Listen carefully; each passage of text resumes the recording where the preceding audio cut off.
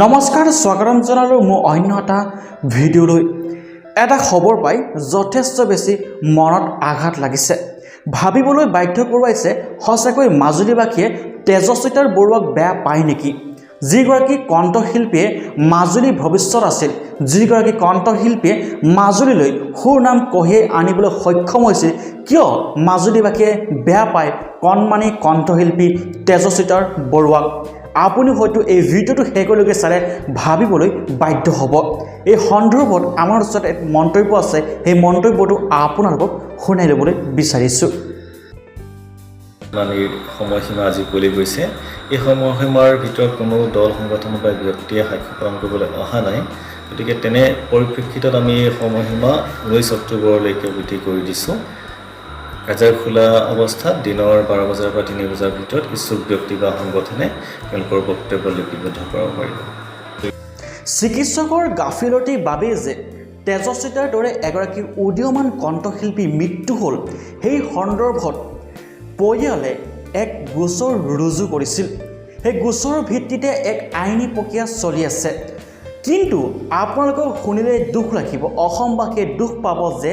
এই তেজস্বিতাৰ বৰুৱাৰ যি সাক্ষী প্ৰয়োজন তেখেতে যে এই চিকিৎসকৰ গাফিলতিৰ বাবে মৃত্যু হ'ল তাৰ বাবে কিছুমান সাক্ষীৰ প্ৰয়োজন আছে ৰাজহুৱাৰ সাক্ষী সেই সাক্ষী দিবলৈ মাজুলীবাসীৰ লগতে কোনো দল সংগঠনো এজনো ওলাই নাহিল এই খবৰটোৱে বহুত বেছি দুখ দিছে সমগ্ৰ অসমবাসীকে সঁচাকৈ আমিও বহুত দুখ পাইছোঁ মাজুলীবাসীয়ে কিয় তেজস্বিতাৰ বৰুৱা সপক্ষে মাত মাতিবলৈ ওলাই নাহিল কিয়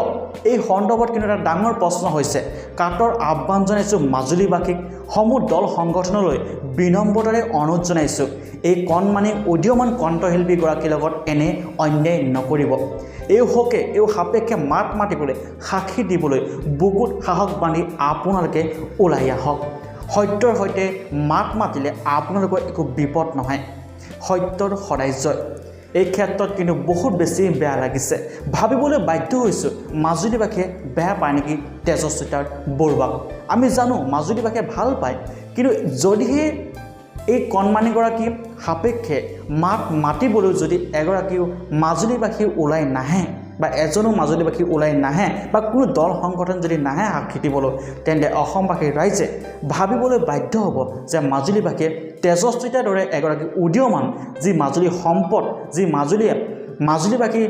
নাম উজ্বলাই থৈ তুলিছে সেইগৰাকীক তেজস্বিতা বৰুৱাক বেয়া পায় বুলি কাটৰ আহ্বান জনালোঁ ওলাই আহক সাক্ষী দিয়ক আৰু এই যুদ্ধখনত সঁচাকৈ সাধাৰণ মানুহ জয় হ'বই লাগিব যিসকল চিকিৎসকে গাফিলতি কৰিছিল তেওঁলোকে যাতে কঠোৰতকৈ কঠোৰ শাস্তি পায় আপোনালোকৰ মন্তব্য জনাবলৈ নাপাহৰিব ধন্যবাদ জয় অসম